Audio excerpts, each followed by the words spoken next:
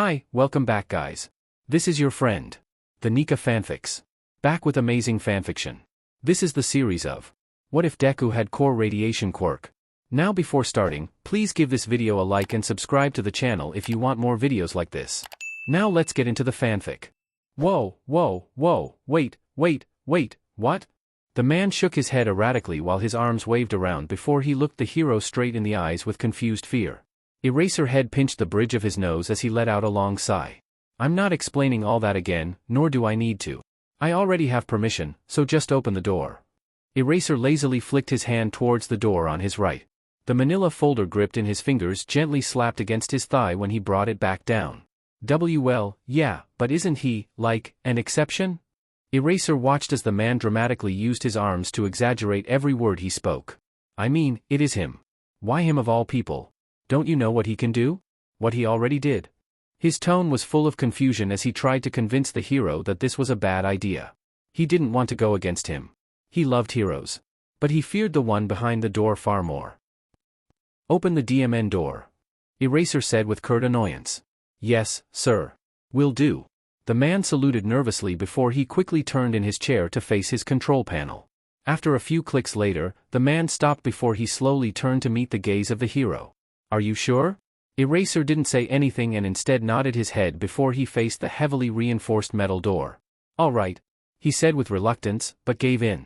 Not like he could actually refuse the hero and risk losing his job, but still. This was insane. One final push of a large button on his desk was followed by a burst of noises.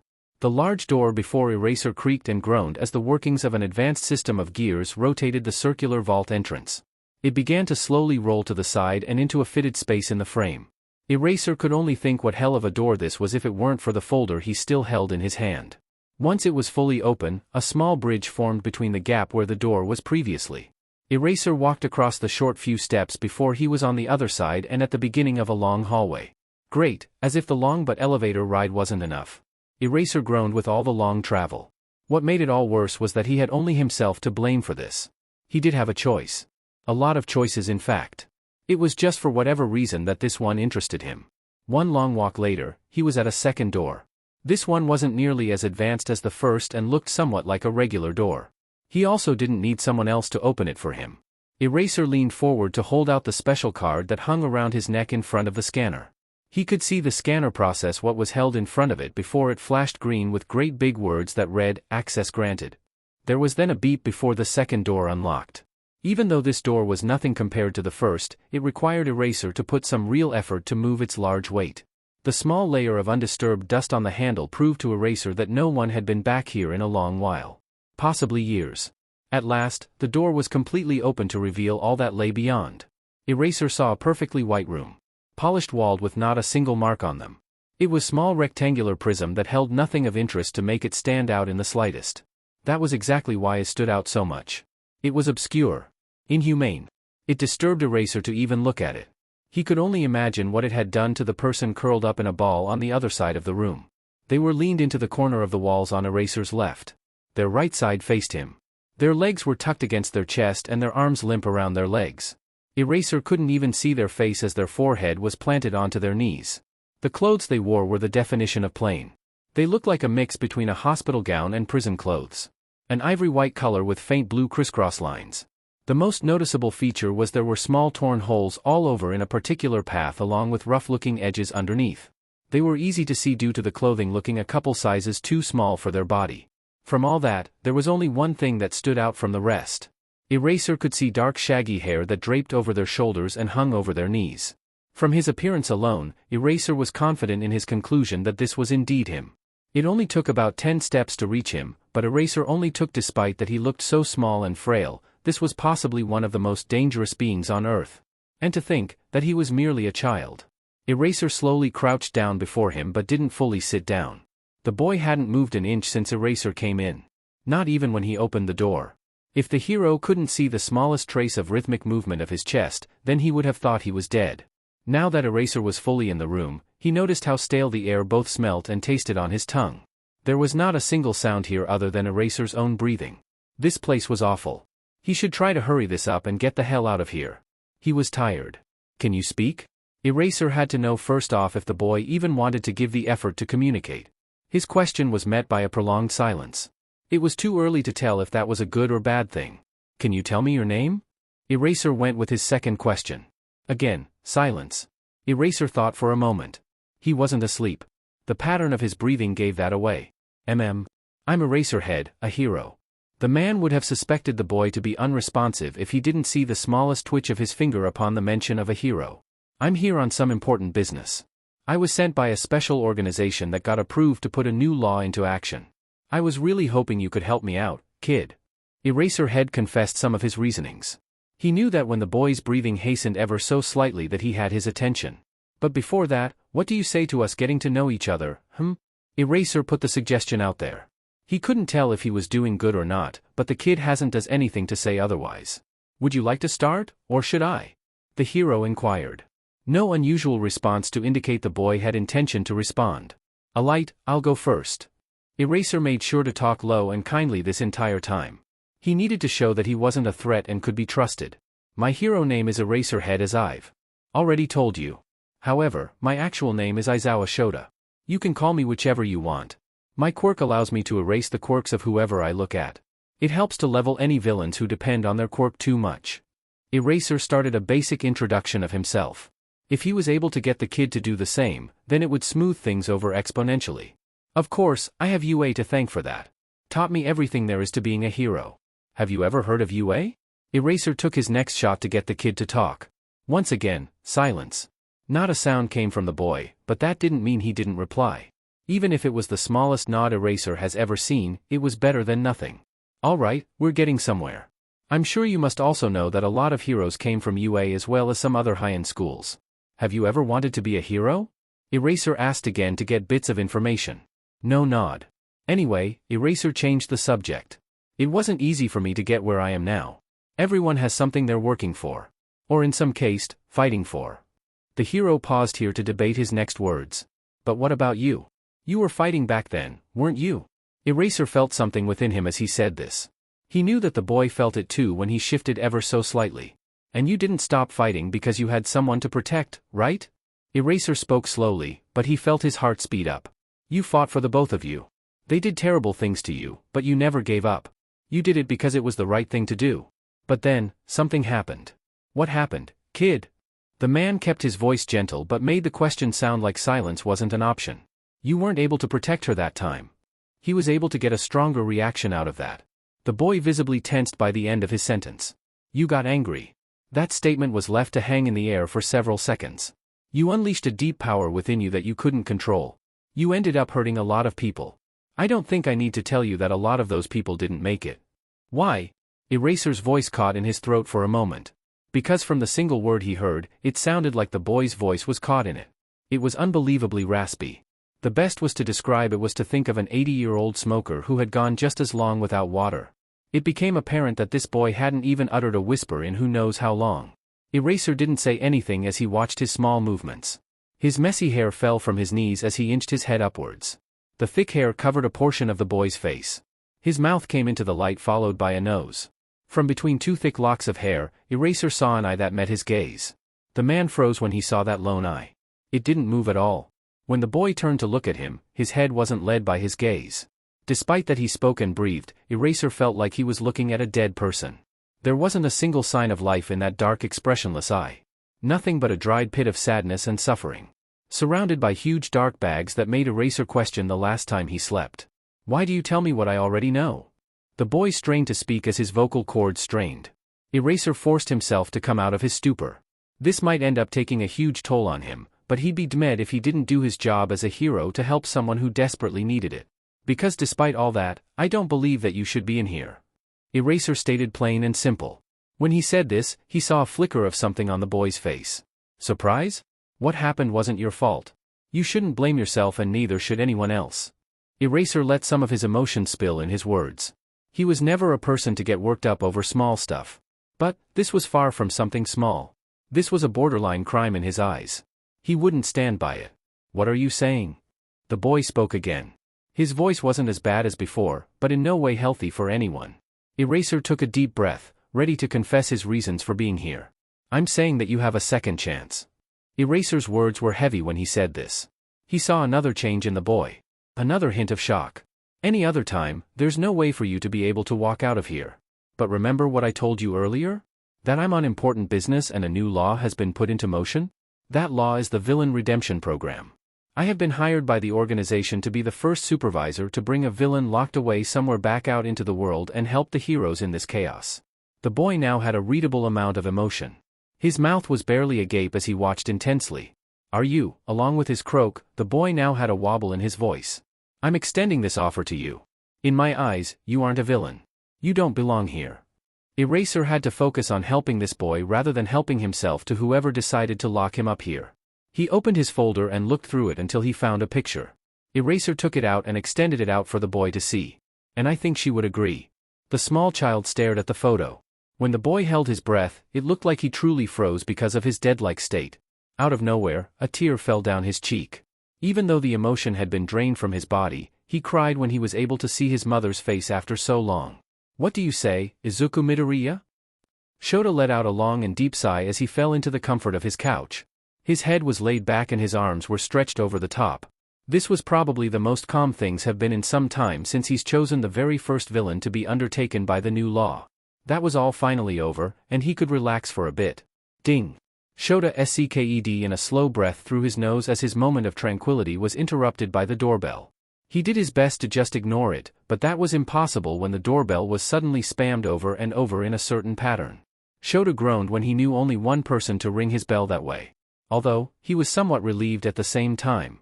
He forced his tired body to get up and trudge to the door. When he opened it, he wasn't surprised to see a familiar face. The morning sun cast rays around his large spike of yellow hair. Yo, Shota. I thought you were back. Hisashi Yamada expressed himself with his usual energetic posture. You didn't let me know when you were getting back. The man made himself sound offended. Busy. Just got back late last night. Shota turned to let his friend enter and closed the door behind him. What time? Hisashi asked out of curiosity before he sat on the couch alongside Shota.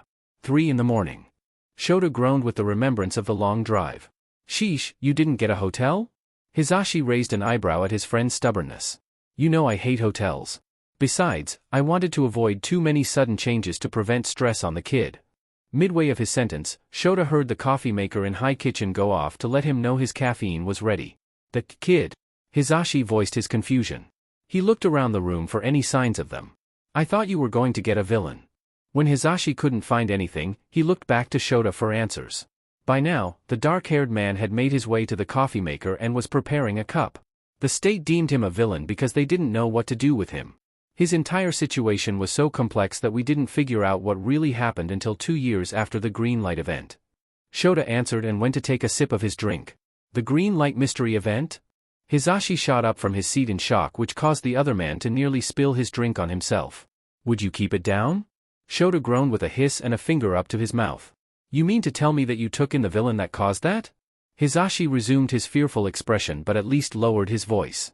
I already told you, he's not actually a villain. His entire situation is misunderstood and complicated. Out of any actual villain, he was probably the best choice. Shota walked back to the couch and sat down in his previous spot. The best choice? Shota, didn't he kill, like, thousands of people? In the moment, Hisashi couldn't remember the exact number, but he remembered that it was a massacre. He didn't have any control over that. Shota slightly snapped back. Okay, then, could you at least explain it to me? Because I still don't see how this is a good idea. You're gone for a week and come back with the cause of one of the biggest disasters in human history. Hisashi turned himself on the couch to face the other hero. Shota took another sip of his coffee before he sighed aloud. It's a long story. Shota said mainly because he didn't feel up to explaining it all. However, knowing his friend, Hisashi would most likely have him tell it anyway. Got somewhere to be? Hisashi asked with a hint of a tease as he knew Shota enough that he had no plans. Shota sighed again and took a bigger gulp of his drink. Fine. Pay attention. Shota made sure to get himself cozy in his seat. 6 years ago, a single mother and her kid was kidnapped. No one had any idea where they went or who took them. We didn't even know why. Their disappearance was such a mystery that it was suspected that they just up and left without a trace. The mother was Inko Midoriya and her son, Izuku Midoriya, fell off the face of the earth, for 2 years. Shota conjured anything in his brain that connected the vanishing of the Midoriyas to the green light event. For 2 years? Where were they in those 2 years? Hisashi asked, obviously interested in the story. As it turned, the investigators were correct in their conclusion that they were kidnapped. The reason they were taken is because of the boy's quirk. It's called radioactive core. An advanced mutation of his parents' quirk of minor telekinesis and radioactive fire breathing. It basically gives Izuku control of radioactive energy that he can emit from his body. Back then, it was nothing compared to what it is now, but still strong enough to pursue a career in heroism. Possibly even get him in the top 5. So, he was still strong. Strong enough to catch the eye of some bad people. Shota's hands gripped a little tighter on his mug. Hisashi's expression fell when he realized the direction the story was going. So, one night, both he and his mother were kidnapped to conduct experiment on his quirk while using his mother as leverage to keep him obedient. The reason they wanted him is because there was a certain detail of Izuku's quirk. He didn't have a limit to the energy he had stored in his body. The only thing that held him back was the rapid exhaustion that took hold of him if he used it too much. It was especially difficult for him to use his power because he had to additionally retract the radiation and keep it within himself. Otherwise, he would be giving radiation poisoning and cancer to anyone around him.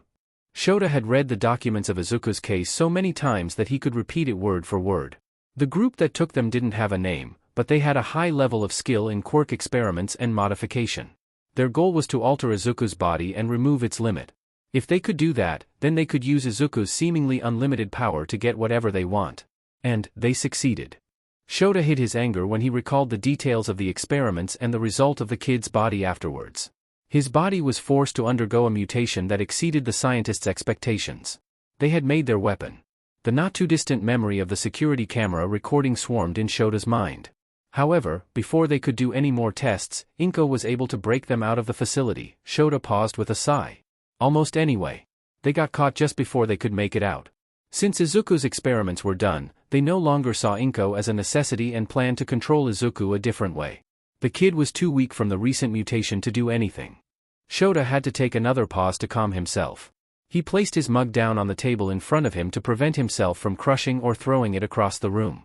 He watched one of those BSTRDS shoot his mother right in front of him. When Shota said this, he could hear a faint gasp from Hisashi. It was too much for him. But the villains got what they deserved since Izuku used his new power to unleash a massive blast of energy as powerful as a nuke. He didn't mean to, of course. Anyone who would see someone they loved dearly get shot in front of them would react without thought. In a burst of rage, Izuku simply let go. How could he have known that the facility was on the edge of a small city? The city of Miyoshi. Hisashi stated with a crestfallen look. The city that no longer exists. Shota matched his friend's depressed mood. Those that weren't taken by the blast were taken by the radiation not long after. There was no warning to evacuate anyone. From a far enough distance, it looked like a massive beam of green light. Yeah, I remember how it took all social media by storm. Hisashi recalled the chaos in the community in fear of the unknown beam in the horizon now known as the green light event. It took a specialized team more than a day to make it to the center. Near the edge, buildings were still standing, if only barely. But as they got closer to the center, nothing was able to withstand the force as a giant crater marked the explosion. And at the very center, Izuku Midoriya. Hisashi finished. Shota nodded his head in confirmation. Back then, no one knew the whole story. Midoriya barely spoke or mentioned anything about what happened. He seemed like he didn't even care anymore. Nearly every quirk and safety-related association was already busy dealing with the aftermath, so they hardly bothered to deal with Midoriya. They feared him too much to care and built him a personal prison hundreds of feet in the ground. Midoriya destroyed the entire facility he was held in, so nobody knew anything other than that Midoriya was the cause of the blast.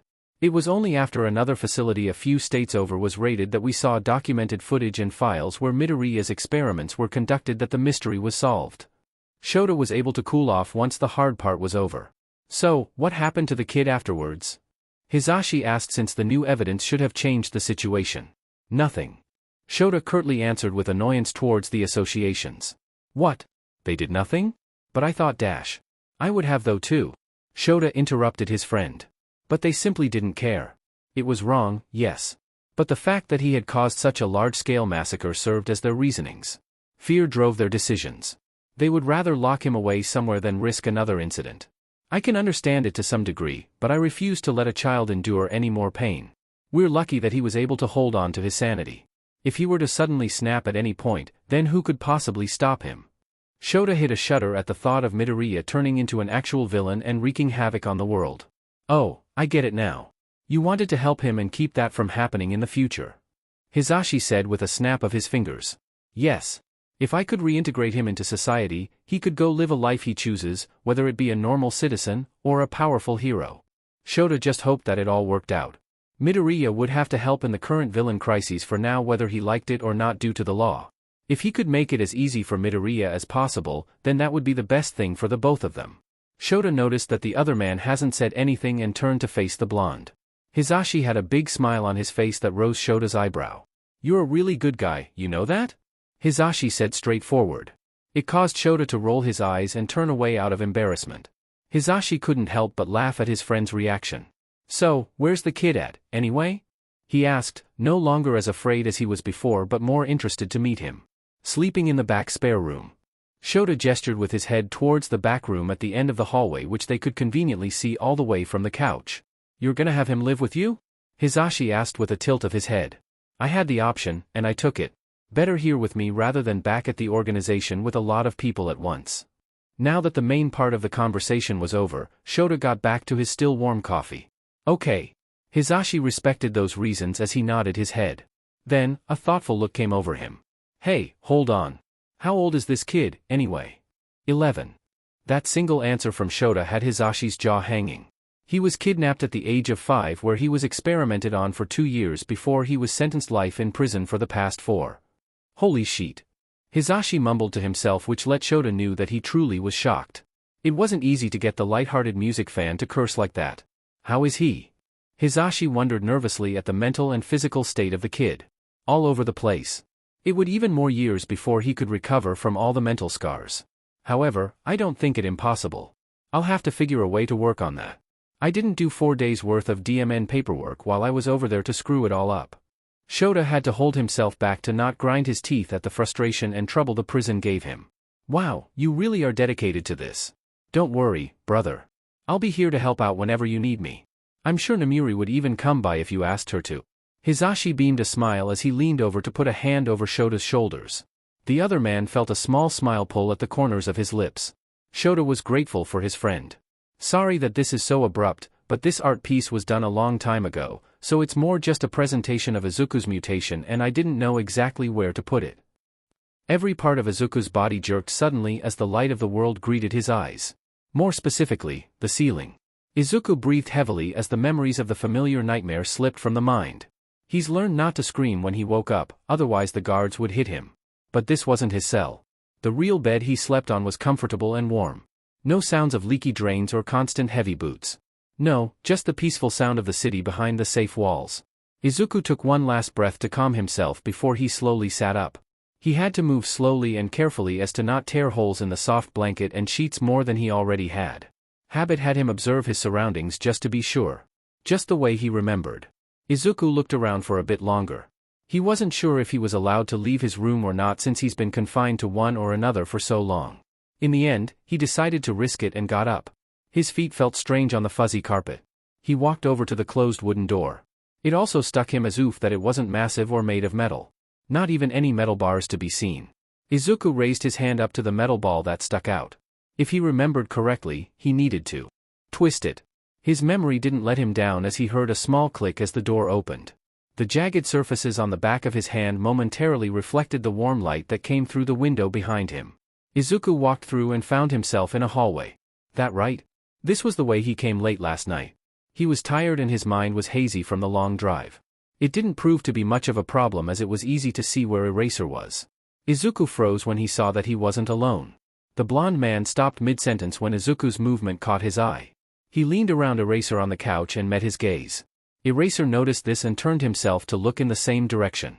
When he saw that Izuku stood at the end of the hallway, the hero got up and wailed around the couch and down the hall. His approach was slow and non-threatening.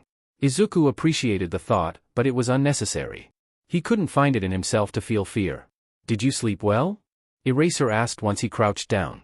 At this level Izuku was just a bit taller. Izuku answered with a nod. Good. Why don't you come over? I have a friend who wants to meet you. Eraser finished after he stood back up and walked back into the living room as Izuku followed. Hey there. The blonde man said with a small wave when Izuku passed. Izuku Midoriya, yeah? Shota here has told me a lot about you. The man turned himself around and leaned on his arms over the back of the couch as he talked. I haven't heard anything about you. Izuku responded after a brief pause, unsure of what to say. Oh, well, I'm Hisashi Yamada. My hero name is Present Mike. He spoke with a kind tone and cheery smile. You're also a hero? Izuku asked with a tiny spark in his eye on his otherwise expressionless face. That's right. Hisashi gave a thumbs up. Hey, what do you say that I make you some breakfast? I doubt you're gonna get anything much good from Slurp Packet over here. Hisashi teased the other man who turned to glare at him from the kitchen. It all came full circle when he saw that he had a nutrition packet in his hand. Hisashi stifled a laugh while Izuku was taken aback by his strange behavior. What was he doing with his voice? That sound he made had a distant familiarity to it, but no matter how hard he tried, Izuku couldn't remember what that sound was. Hisashi stopped after a bit when he realized Izuku's off reaction. What? Not your kind of humor? Hisashi felt a little awkward how the boy looked at him. What was that noise you made? Izuku ignored the man's question and asked his own. This caused the blonde to gain a look of confusion. Hisashi glanced over to Shota, who also looked confused, and replied with a shrug. You mean, a laugh? The only noise Hisashi could think of was that, but there was no way that this kid didn't know what a laugh was. I've heard that somewhere. Hisashi stands corrected. Hisashi. The owner of the name looked to Shota. The look in the man's eyes told Hisashi that it would be better if he dropped it for now. Don't worry about it for now. What do you say about that breakfast? Hisashi returned his smile. That's food just in the morning, right? Izuku asked. Hisashi was disturbed by the environment. This kid would have to be uncertain what a laugh and breakfast was. You got it. The blonde gave another thumbs up. No thank you. Izuku said it like it was nothing. Well, at least he remembers his manners. Wait, what? Hisashi broke out of his thought when he realized the boy's answer. Are you not hungry? Haven't been in a long time. Izuku's answer did well to further the hero's bewilderment. It's because of those experiments. Shota's words brought Hisashi's eyes onto him. In the files, it described how the scientists utilized Izuku's infinite power source and altered Izuku's system to take his own quirk as nutrients. Eating and drinking is an option. Shota threw away his packet with a certain tone in his voice. One that Hisashi was able to catch. Oh, is that jealousy I hear? The blonde teased. Shut it. Shota groaned. His schedule as an underground hero was already busy enough as is. The human burden of eating did nothing but take away from his sleeping hours. Midoriya, even if you don't need to eat, you're welcome to anything here in the kitchen. Eraser gestured around him to the fridge and cabinets. Thank you, Eraser. Izuku replied with a nod. Call me Shota, kid. We're gonna be together from here on out, so no need for formalities. Unless we're on missions, of course. The hero said as he walked back to the living room. Now that I look at you, that would explain why you're kinda big for your age. Hisashi rewound the conversation a bit after he saw Izuku's physique. Despite that Izuku had been fed very little in the facility he was taken to and fed absolutely nothing in the prison, when they realized he didn't need to eat, the boy had a healthy frame with signs of solid muscle beneath his clothing. Which reminds me. Shota mumbled half to himself before he crouched down next to Izuku and inspected his apparel. Sorry. There was a hint of guilt in Izuku's voice when he tilted his head down to see the tears he had made. You just gave me these, but I already messed them up. Don't worry about it, kid. It's my fault for not preparing more. We'll have to go out sometime today and get you some tougher clothes. Shota reassured that it was no big deal. Yeah, so, Hisashi got their attention with his hesitant tone. What's up with that? The blonde gestured to the small holes in the cloth. More specifically, the back of Izuku's hand. Izuku lifted his arm when he understood Hisashi's confusion. There was a path of jagged dark grayish-green rock-like protrusion that came from underneath his sleeve. Some looked sharp enough to draw blood if Izuku wanted to deliver a backhand to someone. It's what they did to me. Izuku's voice cut through the air as the dark tone in his voice was the most emotion they heard from him so far. Izuku brought up his other arm close to his neck where he grabbed hold of collar and pulled it over his head. Buddy, wait. You don't have to do that. Hisashi quickly tried to clear himself in case Izuku saw it as a touchy subject. The boy continued despite Hisashi's reassurance. Izuku had to struggle to get the shirt off of him as it constantly snagged on parts of his body. But once he was done, both men had a clear view of the scientist's permanent work on his body. The same jagged rock formation grew all the way up his arms and over his elbows. They kept going to his shoulders where the path split to the center of his back and chest. On both sides of his torso, the material formed a symmetrical plate that looked like demonic armor. The build-up between his shoulder blades ran down his spine before they looked to split off once more just above his waistline and presumably go down his legs as well. Along each cable of rock on his body, there was an indent in the center. Like a dry river with no water. It made the two men think of dark crystals that grew from his body. Both adults had one guess as to why. On his forearms, back, chest, and even neck, there were metal devices. The ones on his arms resembled thin rods which were laid flat inside the indents. Thick straps around his forearms fastened the devices to prevent them from falling out.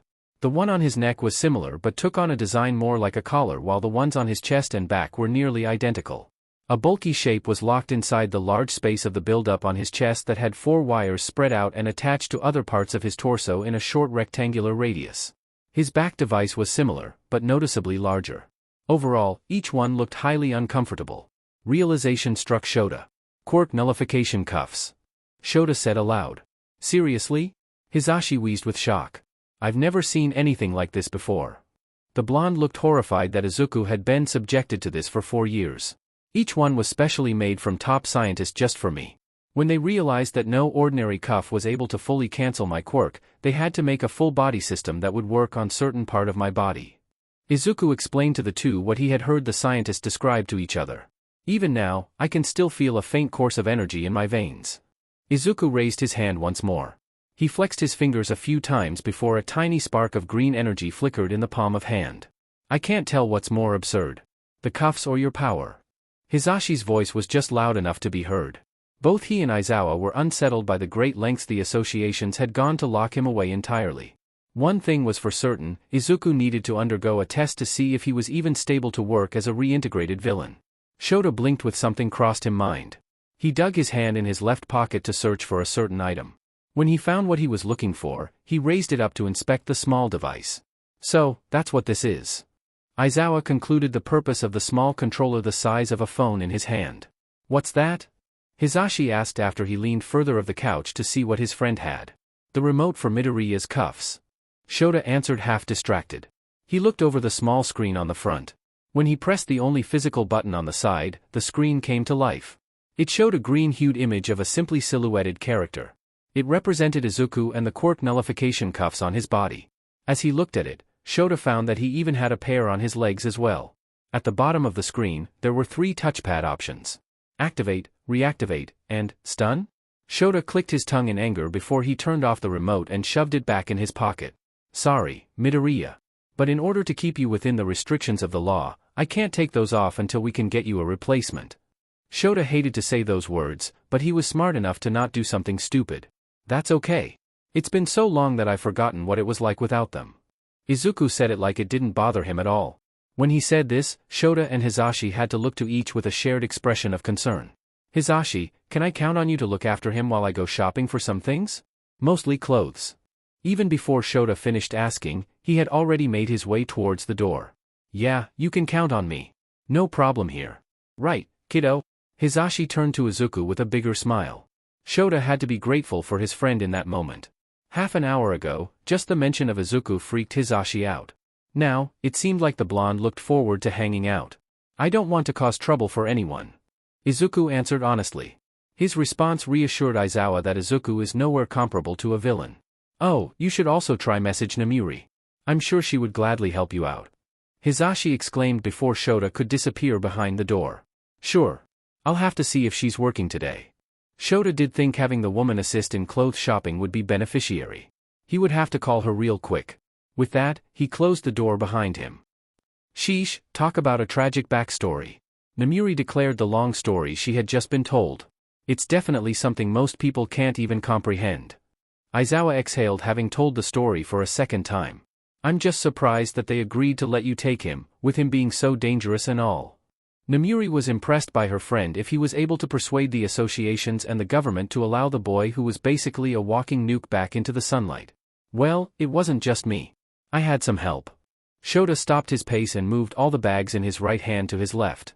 Before Namiri could say anything else, Shota got his keys out and unlocked his door. Both entered and were met with a surprise. Speak of the devil. Shota raised an unimpressed eyebrow as he honestly wasn't surprised. Nizu? What are you doing here? Namiri for one has never been able to quite get used to the mouse knack for showing up at oddly convenient times. Nizu sat on the armchair to the left of the couch where Hisashi and Izuku sat next to one another. In front of them on the table was a board game that looked to be played midway through. "Hello, you two. Aizawa, good to see that things worked out." The small creature with a mixed appearance that of a bear, mouse, and dog waved his hand in his usual cheery personality the three adults grew accustomed to. "Suppose I have you to thank for that."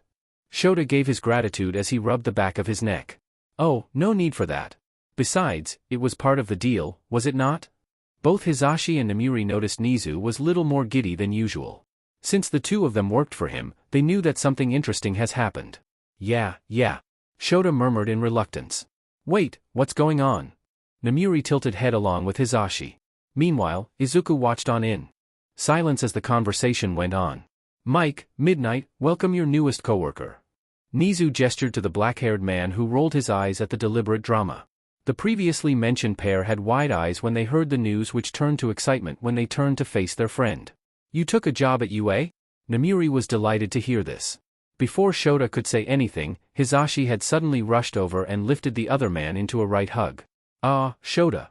I knew you couldn't stay away from us for long." Hisashi cried with joy now that the trio would be reunited. "Please." Shota managed to cough out. "Put me down." Oh, yeah, right." Hisashi quickly put down his friend who sked in a breath once he was no longer constricted. "But how come the sudden change of mind? I thought you hated the idea of teaching." It was not too long ago that Namiri remembered Shota turning down Nizu's offer when she and Hisashi accepted. Like the mouse said, it was a part of our deal. Shota straightened himself up and gestured to Nizu for him to explain. "A little less than a week ago, Aizawa had called me and asked for a favor. When he explained it to me, I was intrigued. But even with my influence, it proved to be a challenge. So, in return, I asked for his services at my school. And if he did, then I would assist in training and educating Midoriya." Nizu's explanation brought looks of astonishment on their faces. "You are?" The small voice in the room pulled everyone's attention to the topic on hand. Izuku's slight show of emotion revealed confusion as well as in his tone. "I certainly don't see why not." Izuku was met with a smile on Nizu's snout. "Your story has caught my attention. I look forward to your development, young Midoriya." The boy was only able to respond with silence. His expression showed he was lost and unused to what was going on around him. Thank you." Izuku was finally able to scratch his brain for the proper reply. If there was anything Izuku remembered, it was to be kind and appreciate the kindness of others. Even so, he didn't understand why, and his gaze fell to the ground. "I don't get why any of you would do anything for me, but thank you."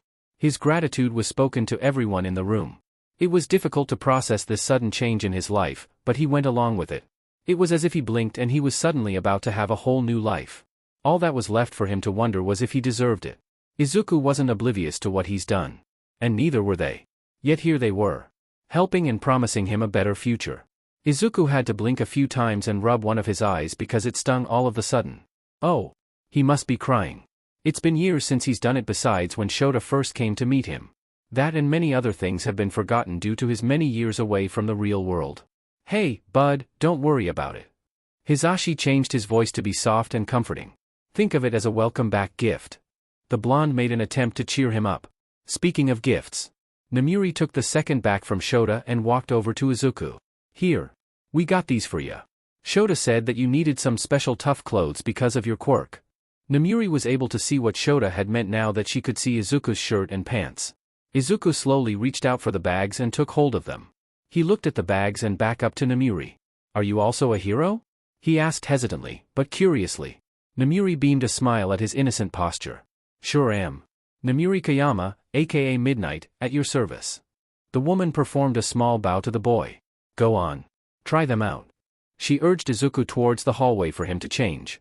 Once Izuku disappeared around the corner, there were a few seconds of silence before Namiri spoke up again. Now that he's out of earshot, her voice was low and serious. It made everyone else in the room nervous that something was wrong. Did she secretly have a grudge against Izuku? "You two look just alike." Namiri confused Shota when she spun around to squeal the words out of her perked lips. "I knew I couldn't be the only one who saw the resemblance." Hisashi held himself back from shouting but was ultimately relieved that someone else noticed the similarities. The blonde leaned to Shota before he put his arm around his shoulder. "The kid almost looks like your kid. With the long scraggly black hair and dark eyes. He even has eye bags just like yours." "What the hell are you talking about?"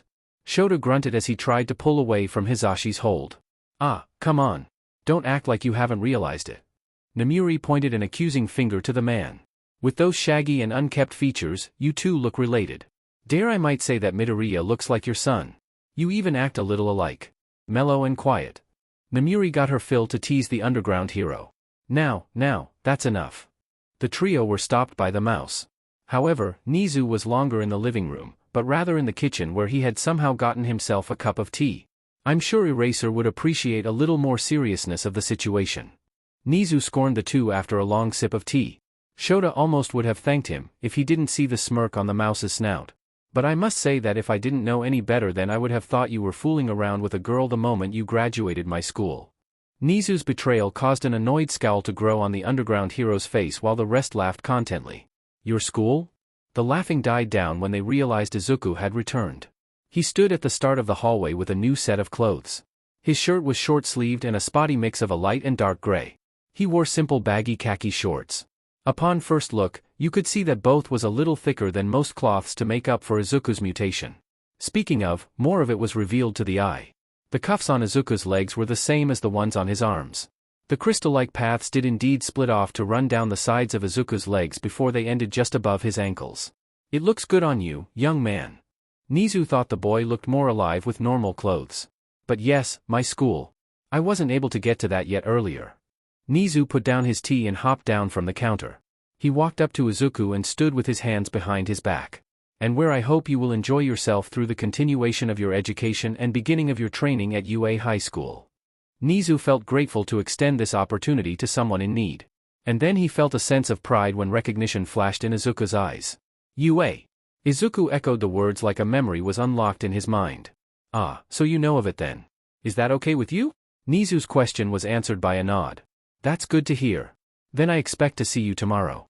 Use the rest of today to grow familiar with these three. Nizu gestured to the other adults in the room. They will help you with anything you need. Thank you. Once he processed the information, Izuku uttered his appreciation. No. Thank you. Nizu extended an open palm for a handshake. However, Izuku looked confused as he stared at it. Oh, my apologies. Take my hand. Nizu clarified. Izuku blinked before he did as told and took Nizu's hand, or paw. Nizu shook Izuku's hand for him and that was that. The mouse looked satisfied before he turned on his heel and walked towards the door. The work should be here later to move your belongings. He told Shota when he passed the man. Nizu turned back when he reached the door. I trust you two will help him prepare. Oh, yeah, sure. Hisashi wasn't sure what he was helping to prepare, but it was no bother. Namiri seconded his answer with a hum. Good. See you all soon. When the last word left his snout, Nizu closed the door behind him. Izuku had to take a moment to stare. And for the first time in a long while, he thought about his future. A few days later. Well, I think that's all there is to it. Recovery Girl announced when she couldn't think of any other tests to conduct. You're sure? It was obvious that Shota found that hard to believe, but the elder has never been wrong before. Of course I'm sure. I couldn't find a single thing wrong with his body. It's true that he solely lives on his own quirk now. And with one as strong as his, he's probably the healthiest person in this building. Recovery Girl pointed her syringe-shaped cane at the man. What about mentally? I couldn't imagine all those years of torment and isolation and there not be any kind of lasting scars. Shota was glad that Izuku's body was well off after all those experiments, but surely that had to have left some sort of imprint on his mind. Although maybe he spoke too soon. Recovery Girl stared at him with a concerning expression. Nope. The P was popped in her sudden reply. You can't be serious. Shota was dumbfounded at her answer. No PTSD, no anxiety, no irrational fears, nothing? He was shocked enough to display his emotions. Don't you get snippy with me, young man. In one quick movement, Recovery Girl's cane smacked the side of Shota's leg, causing the man to flinch back. I didn't say that there wasn't anything wrong with him, just there it wasn't anything normal. If anything, it might be far worse. Recovery Girl turned around to look to the other side of the room, a dark look on her face. Shota did the same where he expected to see Izuku sitting on a counter with a couple other scientists talking to him along with Nizu. Worse? The single word tasted bad on his tongue. It astonished me just as much as it did you when I found that he had little to no mental disorders. However, I did find out two things. Recovery Girl continued to watch the boy from a distance while Shota turned to look at her. His emotions. I'm sure you've noticed it too. They're almost not even there unless you mention something of great interest to him.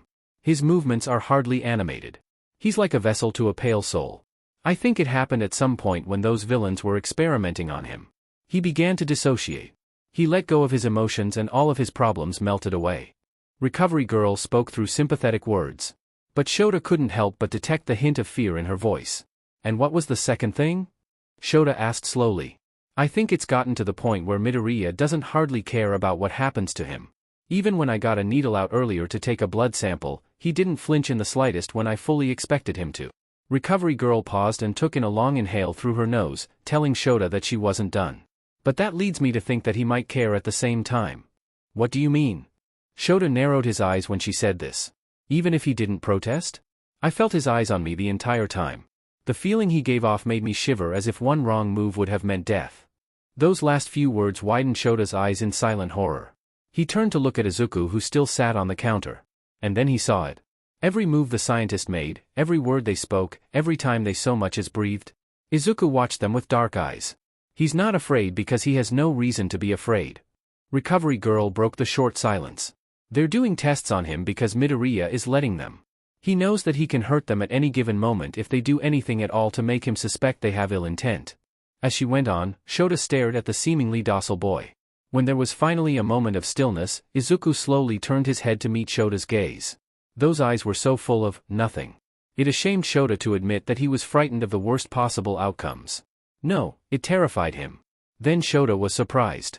He only realized it when his hand started to move back and forth, but Izuku was gently waving at him.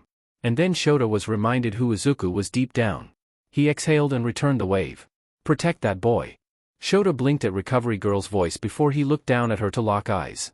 Because if you don't, then there will be no one to protect us from him. With her final piece of advice, Recovery Girl looked forward and walked back to the others. Shota wouldn't say he was best person for this job. But he would be dead if he didn't try. Life has changed drastically for Izuku, and in such a short amount of time. It's been about a week and a half since he's been taken in by the law for a second chance under the agreement that he would help with the increase in villain activity. However, Izuku was unable to start as he couldn't use his powers. At least, not to his full potential. The several cuffs on his body limited the surging power in his body immensely. He could only summon a small ball of energy if he really hard enough. But today, that was going to be fixed. Or so he's been told. He didn't have high hopes since almost no technology he knew of could completely control his quirk. But Nizu was persisted to persuade him otherwise. Then again, Izuku has been hidden from the world for many years, so maybe things have advanced enough to accommodate. And it would have to be. It was one of the many requirements issued by the government. Izuku had to be supervised at all times. Preferably by Shota since he was the one assigned to him. But the main requirement was to have Izuku's quirk under control by a device managed by Shota. The rest of the requirements were a bunch of nitpicks, things that he didn't understand much of and were mainly meant for Shota anyway. But today, the second requirement was going to be fulfilled. From what Nizu has told him, he asked for the assistance of a very well-known scientist who could solve his problem. If Izuku was being honest, he's had enough of scientists and nurses and all those people in those white coats that continuously poked and prodded at him. But he kept that to himself. At least it wasn't anything compared to the facility. You look deep in thought. Izuku was drawn out of his state when Shota had spoken next to him. The boy looked to the man with a blank stare. For a moment, he had to remember where he was at. That's right, the testing room at UA. He and Shota stood near the center of the warehouse-like structure as they waited for Nizu to arrive. Before he answered, Izuku turned forward again. Do you think this will work? Izuku questioned. What? The new limiter? Shota hated to say the word cuff when regarding Izuku, so he started to call it a limiter instead. Everything? It came as surprise when the word left Izuku's lips. Shota had to stop and process it for a moment until he understood. The man felt sympathetic upon the realization and also looked forward. You're worried you won't be able to do it. Shota concluded. The empty silence from Izuku confirmed this. I wouldn't worry too much about. If there's anyone you shouldn't doubt, it would be Nizu. I can tell that he's willing to go to extreme means to help you. Why? Izuku asked again, unsure as to why anyone would help him. This time, it was Shota's turn to be silent. You saw that scar on Nizu's eye, right? The unexpected answer drew Izuku's eyes to the hero, confusion in his mind.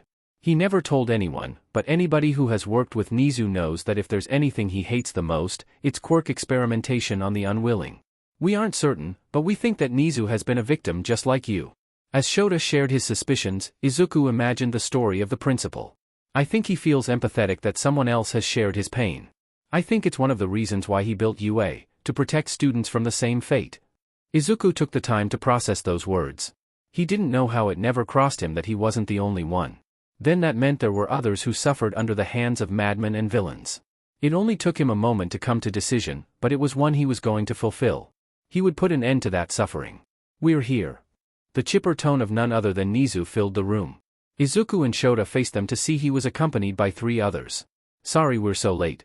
I forgot how bad traffic can be in Japan. A tall man said next to Nizu.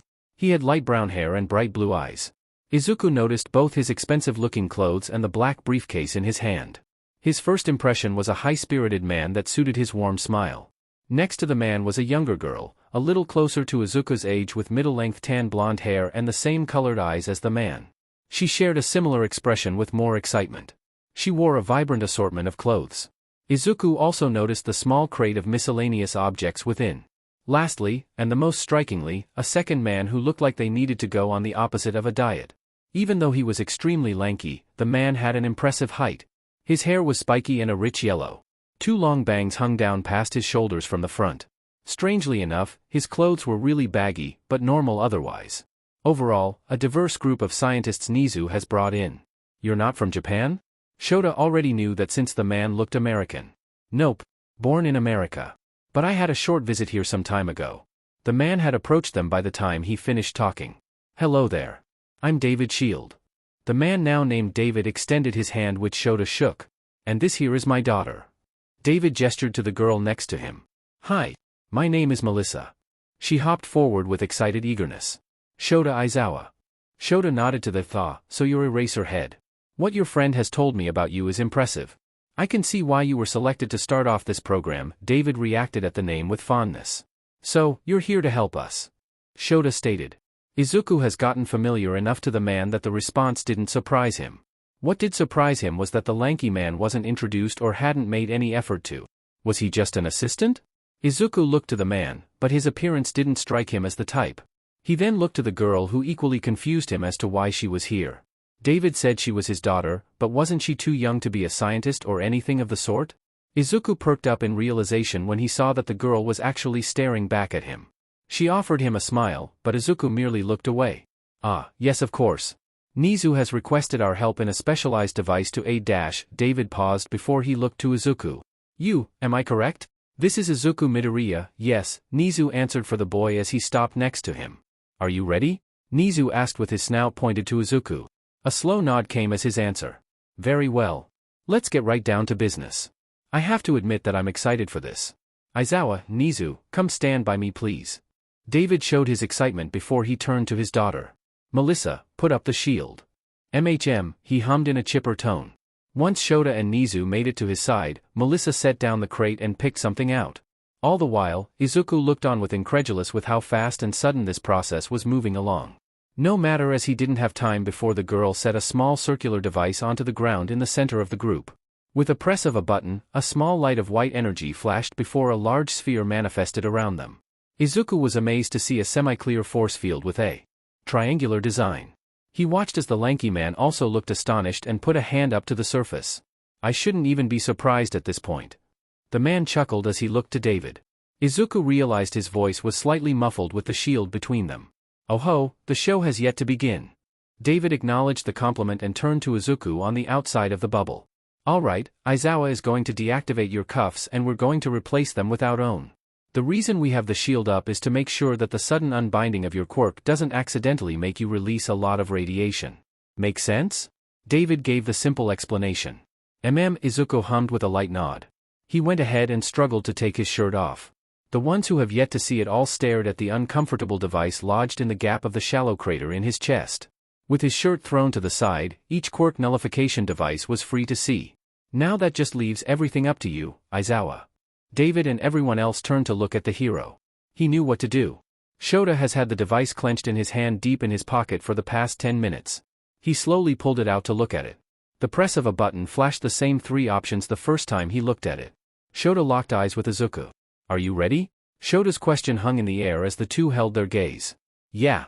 Izuku actually felt a hint of nervousness when he said that. He hadn't felt that in a long time. But there was no backing out now.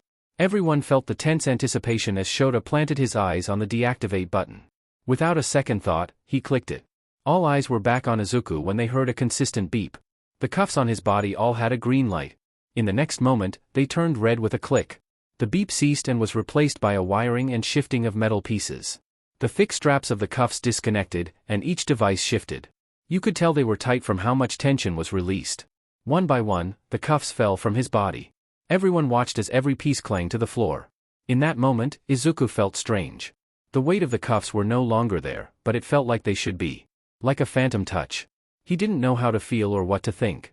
It was almost wrong to not see the bulky devices strapped to his body. He couldn't breathe. Izuku shouted in shock as it felt like his body was hit by a truck and dumped in freezing water. His chest constricted and his breath was caught in his throat. Midoriya! Shota yelled from within the shield. Izuku fell to his knees and clenched the center of his chest where the sensation was the strongest with his left hand. His vision blurred for a moment as everything went from cold to hot in a moment. In order to ignore the dizziness, Izuku shut his eyes tightly. He placed his other hand firmly onto the ground while he still had a sense of balance to prevent himself from falling over. The rest watched from within the safety of the bubble as something happened to Izuku. A green glow began to emit from the center of Izuku's chest. Once it filled the small crater, it spread to his shoulder and down his arms and back. It continued to fill the crevices in the center of the rock paths on his body until every part of Izuku's body flowed with energy. Once there was nowhere else to go, the energy began to leak. It radiated off of Izuku like a gentle flame. However, everyone knew that it was way more dangerous than any fire. It was obvious Izuku was overwhelmed by the full power of his quirk and couldn't hold back the radiation. His hair began to waver as it seemed to be affected by the reawakening of his quirk. A dark green began to be revealed in the light. Izuku's hair was lifted in the air to match the flow of the aura around him. It was revealed that a cross of the same rock material was on Izuku's forehead. No one has seen it due to his hair hiding it before. Midoriya, you have to keep the radiation from leaving your body. We can't help you otherwise. Shota tried to make himself sound as calm as possible, but the potential danger of the situation worried him. I'm trying. Izuku's strained voice came through the bubble. Izuku had only just learned to control his radiation before he and his mother were kidnapped. And that was before his quirk was massively enhanced. He didn't see how it was possible to control this overflowing energy with the little practice he's had. A wave of energy burst from Izuku's body, and he could feel himself slipping. The aura around him increased in size and intensity. An alert flashed red on the inside of the protective dome. David grew a look of uneasiness. So did everyone else when they read what it meant. The shield won't be able to take much more of this. David's voice revealed his shock at how intense and thick the waves of radiation that overflowed from Izuku's body. Everyone jumped at the sudden noise next to them when the lanky man slapped his hand against the wall of the bubble. Midoriya, listen to me. With a surprising amount of power in his voice, the man's bellow reached Izuku's ears. Don't fight it. Your quirk is not your enemy. It doesn't matter what those villains did to you because they can never change what you were gifted. It's your power to wield. Izuku opened his eyes to show they were no longer black. They glowed a vibrant green brighter than the energy around him. As cheesy as it sounded, Izuku felt inspiration from the man's words. It reminded him of a figure he idolized so long ago. He clenched his teeth and balled his right hand into a fist. Izuku struggled against the power, but he didn't back down. He lifted his fist and slammed it into the ground. Small cracks formed around his knuckles due to his shocking strength. Izuku knew what would happen if he failed this simple task to just control his quirk and what it meant if he hurt everyone else. It wouldn't just mean he would be sent back to the prison. It would mean he would break his promise. Izuku screamed in anger, scaring those within the shield. There was no way he would waste this opportunity. No way he would let the sacrifice his mother made in vain. A pulse erupted from Izuku and the energy around him wavered. The vigorous struggle with his quirk softened. He now had a grip. But it wasn't enough, so Izuku pushed more. With great anticipation, everyone witnessed Izuku slowly containing his quirk. The energy slowed its escape until it stopped entirely. Now, the radiation reversed and flew back to Izuku's body. Incredible. David exhaled excitedly as he read the data on the shield wall. The radiation levels aren't just dropping, they are disappearing entirely. Midoriya is skiing the radiation right out of the air. He stopped to join the others to stare at the boy. The last bit of energy gathered in Izuku's back and that was it. They stayed silent and watched him slowly stand up with a slight shake in his legs. He lifted up his right arm to show a thumbs up. David turned to Melissa and gave her a nod. The girl returned the gesture and deactivated the force field. Almost the instant it was down, Shota walked past everyone at a quick pace. The lanky man raised an eyebrow of bewilderment and looked to Nizu. The mouse met his gaze with a teasing, yet prideful, smile. Midoriya, are you alright? Shota put his hand on the boy's shoulder to help him keep his balance. Yeah. That was just a lot more than I expected. Izuku breathed out his reply. But I think I have it under control now. Izuku moved his hand from his chest to look at it. Both he and Shota widened their eyes to see that blood ran from several puncture wounds in his palm and fingers. Izuku realized it must have been when he grabbed his chest earlier. The sharp rocks made easy work to stab his skin. Hold on. I'll get you some bandages. Shota trailed off when a faint green light covered most of Izuku's palm. Before he knew it, the stabs were healed. Shota blinked at this discovery and looked to Izuku. Since when did you have a healing factor? Izuku looked up from his palm to Shota. There was a dark expression in his eyes. The scientists wanted to make sure I survived the experiments. Was all he said, and all that Izuku was going to say. Shota understood and asked nothing else. Izuku's eyes flicked to the side where he saw the lanky man. He turned to face him. Thank you. One could easily tell that Izuku's gratitude was genuine despite his expressionless face. The man looked surprised for a moment before he met the boy with a smile. No need to thank me, young man. You looked like you needed help. The blond man stated his honest intentions, which Izuku had to respect. Well, I did say exciting, did I not? David came up next to Shota. A bit too exciting if you ask me. Shota huffed, back to his usual mood and stuffed his hands back in his pockets. Ah, well, the excitement has only just begun. David broke the bad news to the man before he held up the suitcase. This here is the new device that Midoriya will be using. It was a good thing I already had something similar as a side project. All it needed was a few adjustments. What is it? Izuku spoke up as he was curious. It's a QCC. Melissa suddenly hopped up next to Izuku's side, causing him to JRK back. Stands for Quirk Control Collar. It's designed to give whoever holds the remote full control of whoever wears the collar. Upon the mention of a collar, Izuku visibly soured. Another collar? Izuku voiced his disapproval. Don't worry, young man. This isn't anything like what that prison made you wear. David reassured and laid the suitcase in Melissa's arms. I've readjusted it to match the measurement Nizu sent me so that it's a comfortable fit. As David explained, he opened the suitcase to reveal said collar. He lifted it out and showed its design. And Izuku had thought he couldn't have been surprised more by the new technology, despite that it's only been 6 years. It definitely lived up to the expectation in terms of looks. Firstly, it was a lot smaller and sleek in design compared to the prison cuffs. The light had reflected off of its shiny surface. Its main color was silver with yellow in indents for detail. In the middle, there was a small ball that Izuku suspected glowed when activated.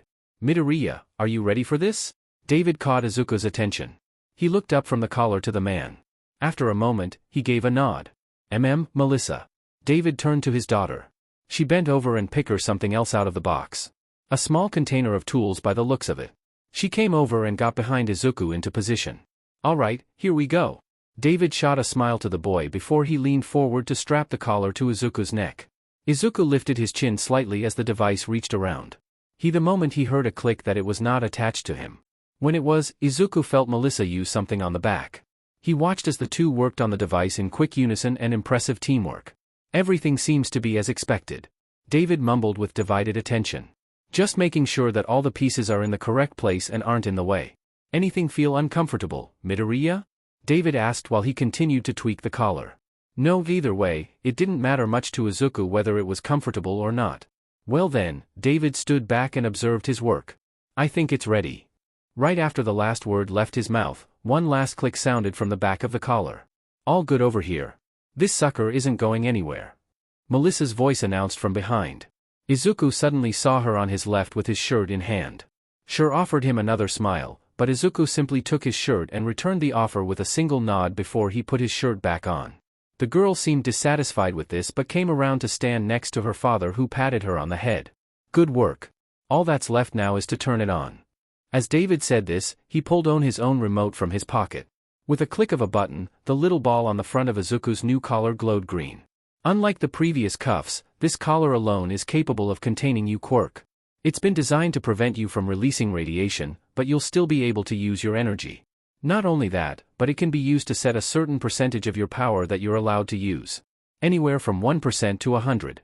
If you try to exceed to this limit, not only will your quirk not work, but you'll also be given a shock. Sorry, but I had to stay within the requirements of the regulations. I made sure to set it to the lowest voltage. David offered a sympathetic smile for the last part, but Izuku was bothered none. It's fine. Izuku didn't have much to say as there was no point. This was what the new program and law required, so he would follow it. Midoriya, what do you say to a little testing? Nizu stepped forward. I'm sure you must be at least a little curious to the extent of your quirk and the capability of the collar. I know I am. Nizu didn't even try to hide his anticipation. Izuku looked to Shota. He was Izuku's supervisor after all. The man met his gaze and let out a sigh. It's up to you, kid. Shota gave permission to the boy. It was his quirk after all. Excellent.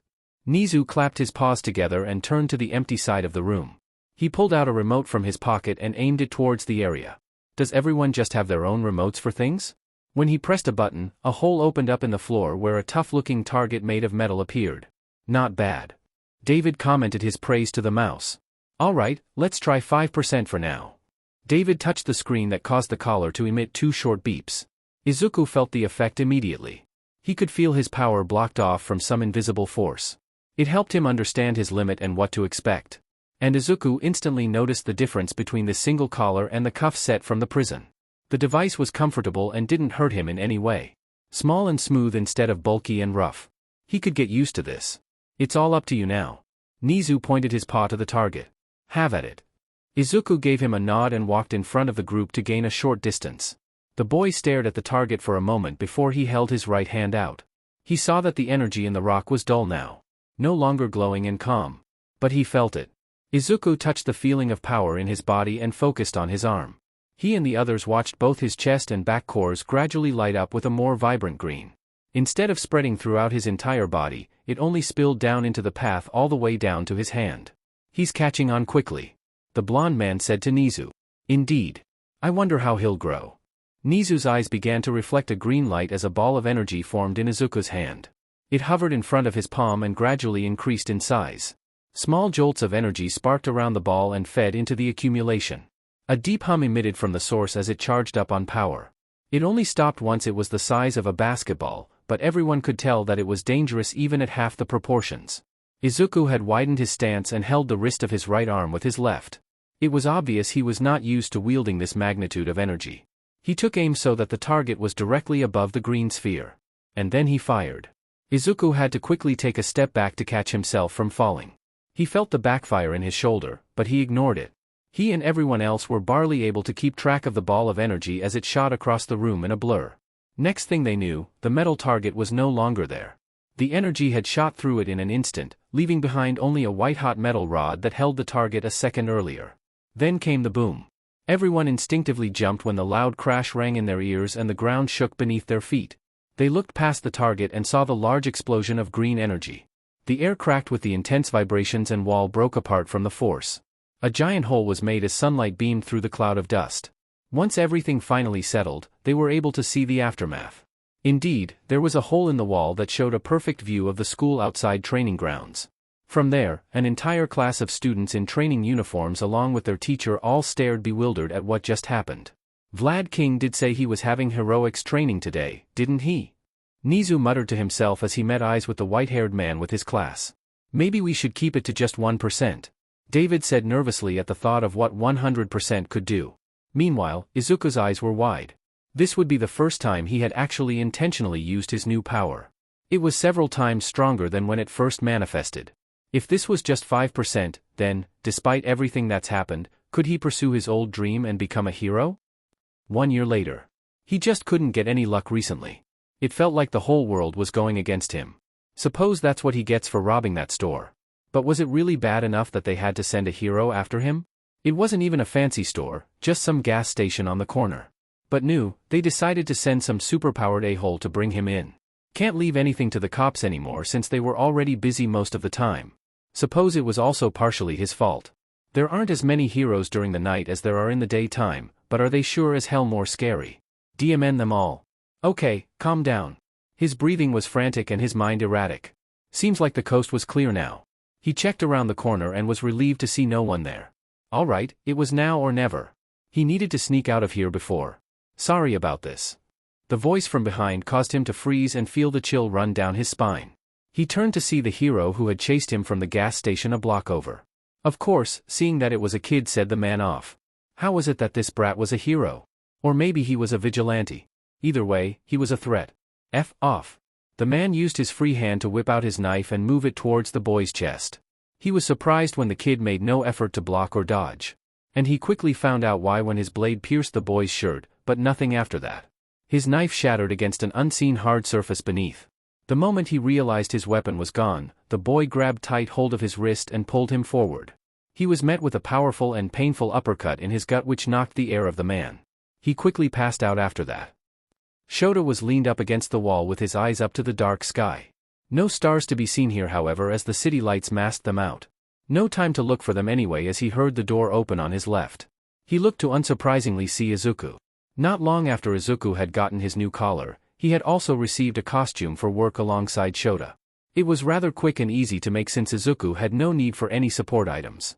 His shirt was a simple loose dark gray tank top since Izuku hated the feeling of anything snagging on his body. His shorts were similar to this design with large pockets on the side. For his shoes, Izuku wanted something similar to Shota's. So, Izuku now had a reliable pair of black combat shoes.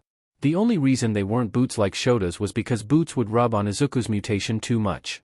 Like Shota, Izuku had no interest in iconic looks and adopted Shota's style of discreetness quickly. Undeath the clothes Izuku wore were normally hidden inside a dark cloak. At the moment, it was pulled behind Izuku's shoulders as both his hands were full. In one hand, there was a small bag. In his other hand was the villain that had just robbed the store down the road. Izuku held him by the collar of his shirt so that his legs dragged against the ground. He and the boy had been in the area when it was broadcasted. They found him almost right after and tracked him to this closed meat factory. I see you've taken care of things.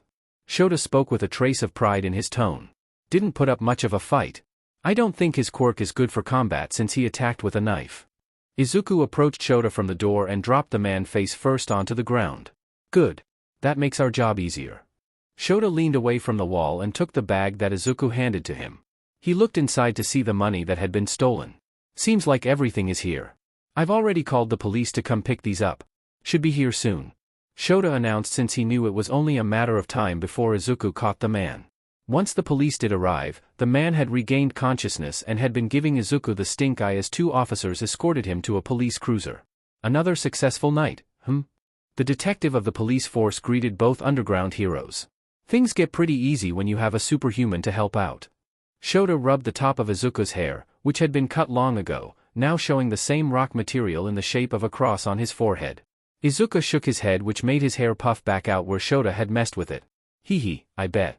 You got used to this hero gig faster than most, Midoriya. Makes me think you were born to be a hero? The detective complimented Izuku, which caused a slight change in his expression to let the two adults know he appreciated it. Thank you, Tsukachi. Izuku gave a large bow to the man, a hint Shota picked up over the year to know that Izuku was extremely grateful. Of course. Take care, you too. Tsukachi bid his farewell with a wave which was returned by Shota and Izuku. With their catch of the night, their mission is over. Half an hour later, they are back in the cozy walls of their new home for the past year. Shota and Izuku had their very own home on UA campus. It was a part of Shota's and Nizu's deal and it has helped greatly in their new lives. Shota has been a heroics teacher for UA ever since and Izuku has been taught personally by Nizu to catch him up on his education. That piled up with actual hero work at nights? So, yeah. It's been busy and pretty tough at times to juggle it all. However, Izuku wouldn't change a single thing. Compared to everything else before, he was living the dream. Izuku's passion to be a hero the moment he got his quirk was rekindled. There were now people all around him that supported and accepted him even if they knew what he's caused. It took him a while to get used to it all, but now he felt comfortable enough around all these people. And not just any people, but most of which are heroes. For a long time, Izuku forgot the feeling of being content in life. Izuku was disturbed out of his peaceful thought when he heard a familiar ring in his room. He sat up from his bed to see his computer lit up with a notification for a video call. There was only one person Izuku knew to video call him, so he didn't bother to look at the name. Izuku got up and walked over to the computer and sat at his desk where he accepted the call. Just as Izuku expected, Melissa popped up on the screen. Hey, Izuku. Her voice chirped through the speaker as she waved. Did you need something, Melissa? It was a common question that Izuku asked when the girl started a random call. No reason to question why she was up so late though. Oh, come on. Don't be like that. Melissa teased with fake offense in her voice. Izuku's only reaction was a single blink and silence. Well, anyway, it's not me who needs something, but rather you who does. I heard that Principal Nizu's class today was pretty hard and that you had a test coming up, so I figured I would help you out. She explained, unbothered by Izuku's lack of positive emotion. Thank you, but I think I can. Izuku cut himself short when he noticed the homework and study guides Nizu had given him on the side of his desk. The principal really worked him hard. He let out a quiet groan before he looked back to the screen. If it isn't too much trouble. Izuku admitted his doubts to complete the work before the due date. Melissa responded with a giggle as this was common to happen. Alright, so let's work on the first problem. Melissa suggested while Izuku got his book open and pencil in hand. I'm still so impressed that you aced the test without a single mistake. Melissa voiced her surprise with a smile from the other side of the table. It's nothing to be impressed about. Izuku remarked with his eyes faced towards her before he stared in front of him. I'm a few grades below what I'm supposed to be with my age. He didn't have that much excitement for his current situation in terms of education. Yes, Izuku was coming along, but it was his progress he was more focused on. Nizu said that if I keep this up, I might be able to get back in my proper grade just in time for high school. Until then, everything else is just stepping stones. Well, yeah, but what's wrong with realizing your accomplishments so far? Melissa asked the question that Izuku had to take a moment to process. He turned to look back at her, which led her to do the same. Nothing, I suppose. Izuku gave up and once again looked off into space. I guess I've just been so occupied trying to make up for lost time that I didn't realize. Guess what Melissa said made sense.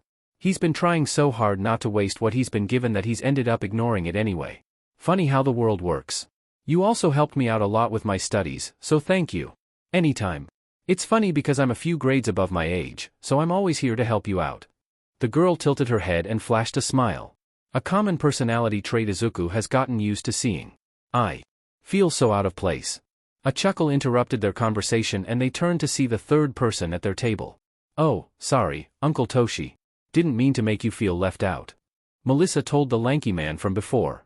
That's right, Izuku had almost forgotten he was here too. He seemed easy to look over, like the man had practiced staying out of focus. Not long after the day Izuku had met him, he learned his name to be Toshinori Yagi. Apparently, a good friend with David Shield and the scientist allowed his daughter to live with the lanky man here in Japan for reasons unknown. Izuku had asked once why they decided to move here but hasn't asked since because they both said it was a secret or something like that. Ever since, they have invited Izuku on a frequent basis for small activities. Today was an example as Izuku remembered the ice cream cones in their hands when he felt a cold drip on his hand. They were on the outside of an ice cream shop that had a small area on the outside for customers such as themselves to sit down and enjoy under the shaded tables. Oh, no, it's fine. I'm just messing with you. I'm glad though that you two are getting along. Yagi then leaned in close with a smug look on his face. I'd say you're getting along pretty well actually. The man ended with a chuckle when he saw Melissa's expected reaction. What do you mean? She asked out of confusion and slight embarrassment from Yagi's teasing. Nothing to worry about. I just couldn't help but think that I'm a third wheel on a date. The man leaned back in his seat and gave a dramatic shrug. A date? Melissa echoed the word with red cheeks and a nervous smile. Absurd. This is just a little celebration for Izuku passing his semester test. Her arms waved around as she tried to explain. It didn't work out in her favor as her ice cream slipped out of her hand and plopped onto the ground with a splat. All three looked at it in a moment of silence before Melissa deflated in her chair with a groan. There goes that. She voiced her displeasure for her unsatisfied sweet tooth. That was when a hand moved into her point of view and was surprised to see another cone. Melissa looked to Izuku to see he had offered her his ice cream. Izuku, you don't have to do that. She reassured. Never was big on sweets. Because he insisted, Melissa took the treat with an appreciative smile. Good thing the two were so occupied with each, otherwise Yagi would have been caught taking a picture of the moment. That would have been the case however if it weren't for the loud crash that hid the phone click. Each one jumped in fright at the sudden shriek of metal and screeching of tires. Melissa had unfortunately dropped the second ice cream cone she was just gifted. Izuku instinctively leapt up from his chair which caused it to fall backwards behind him and spin to face the direction of the sound. In the corner of his eye, he saw that Yagi had done the exact same. However, he wasn't able to acknowledge it since his attention was set on the scene before him. Over the 2-foot wall of the ice cream shop property, they saw that a car had ran straight into the side of another car. It looked to be a T-bone crash with the side of a car caved in on the driver's side. The other car's front was scrapped and buckled under the collision. Small parts of metal and glass littered the area. Just like the three of them, others on the sidewalks have frozen in place to observe the incident. Izuku and Yagi were the first to react. Or so they thought. Both were surprised to see Melissa jump up from her chair and hop over the wall. They were just about to follow when the door of the car with the crushed front flung open. It revealed the driver to be a middle-aged woman with a bloodied spot on the side of her head. Izuku and Yagi finally focused enough to resume their pursuit and rush over. By now, Melissa had made it halfway before she suddenly stopped in her tracks. The two males realized it as soon as she did. The woman had a gun in her hand. She staggered out of her car while her eyes moved all over the place. It was obvious the crash disoriented her. But what was the reason for the revolver in her hand? She finally set her gaze on the car she had hit and stumbled towards it. She grabbed the door handle and yanked it open. Meanwhile, everyone who watched was uncertain of what to do. Once the door of the second car was fully opened, they saw the other driver to be another woman. This one looked younger and in much more pain from the crash. She looked to be mostly consciousness besides the few groans she made. Even from their distance, Izuku could see her broken arm and the blood on her face clear as day. The woman with the gun leaned in and undid the seatbelt. For a moment, it would appear that she was helping her. Then the sirens came within earshot. The woman noticed as she spun around with a snarl on her face. She turned back towards the other driver and grabbed her by the shirt and began to aggressively pull her out. It quickly became apparent that this woman was taking a hostage. "Stop!" The voice of Melissa cried out in the silent cross-section. The woman turned with her grip still on the other person and pointed her gun at Melissa, intent to kill anyone in her way without so much as a warning. Melissa froze in fear as everyone heard the gunshot. Her world went dark, but there was no pain. After a few seconds of not knowing what to think, Melissa realized that she had shut her eyes closed out of reaction to the gunshot. As she slowly reopened her eyes, the light showed her the back of a hand. Directly in front of her face. More specifically, Izuku's right hand. It was balled into a fist as it was mere inches away. There was a small glow of energy in the crevice of his mutation. Melissa then realized that Izuku stood just behind her and had reached around with his hand to catch the bullet. When she looked just above Izuku's knuckles, she saw the shocked face of the woman. No, not just shocked. Terrified. Because Melissa could not see the death stare Izuku expressed from over her shoulder. The girl noticed Izuku's hand tighten and heard the sound of crunching metal. Izuku's finger loosened and Melissa saw gray dust fall with the gentle breeze. Stay back. She screamed out of fear and jerked her revolver towards them. Izuku's brought his hand back onto Melissa's shoulder. He gently tugged her back and behind him. As the two passed, Melissa saw the look on Izuku's face and understood the woman's fear. Nothing had changed about Izuku's expression. The only sign of emotion was in his narrowed eyes that glowed a bright green. Izuku took several steps forward in front of Melissa. Before she could do anything else, she felt an arm wrap around both her shoulders. She turned to see Yagi with concern written all over his face.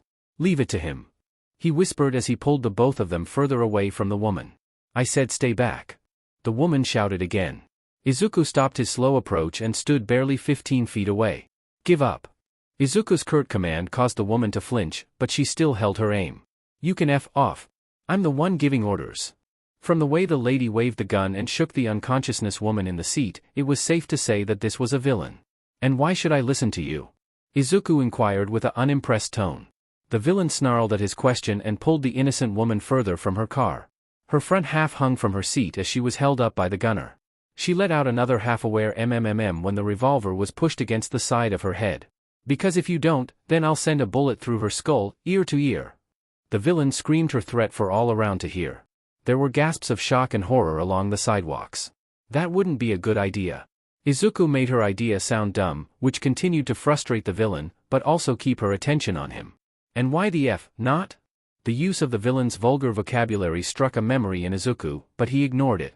He didn't even have to answer as the sirens suddenly got a lot louder. Both he and the villain turned down the road where she had come from to see a line of police cars speeding down towards them. With a sequence of tire screeches, they all stopped to make a blockade. In unison, all the officers jumped out of their vehicles and aimed their pistols as the villain. "Drop the weapon. Let the hostage go. Put your hands up," were among the several shouted commands from the line of cops. Some even yelled for Izuku to run and get out of the way. This was both a good and bad thing for Izuku. He needed their cooperation, but that of course difficult to do in this panic between them and the villains who looked ready to shoot at anything. Then, Izuku spotted some hope. A familiar face stood out from behind one of the cruisers. Detective Tsukachi. They locked eyes and Izuku knew what to do. He raised his arm slowly with an open hand. A signal for the cops to stand down. Tsukachi and several cops looked surprised to see this. But the detective knew Izuku was smart enough and put his trust in the boy. Stand down. Tsukachi copied the gesture and commanded the others. All of them looked hesitant but eventually retreated their weapons. Midoriya, I hope you know what you're doing. The man whispered to himself. He gave a nod to the boy who did the same in return. Izuku dropped his arm and looked back to the villain. She also seemed confused that the police would stop, but obviously didn't complain. So, how do you want to go about this? Izuku shrugged his arms at his sides. The villain narrowed her eyes at Izuku. Izuku could see the gears in her brain working. I want a ride. Now. If I so much as even suspect that anyone is following me, she'll get blasted. To accentuate her point, the villains roughly nudged her gun against the woman's head. All right, you'll get a ride. Where do you want to go? Izuku prompted to keep the conversation with the villain. Anywhere out of the city. She quickly answered to not give out too much information. That doesn't really tell me anything. You have directions or something? Izuku pushed the subject. Just anywhere. She spat out of annoyance. Anywhere can mean a lot of things. This way? That way? Izuku gestured in two different directions as he made sure to keep his eyes on the gun. God damn it.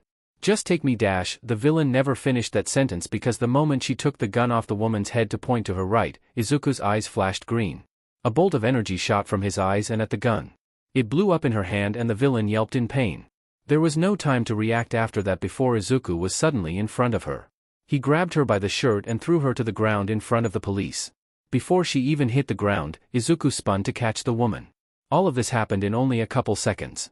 Some spectators were confused to no longer see Izuku where he stood after they blinked, only to find the situation had been resolved in an instant. The villains groaned in pain from the landing and attempted to get up.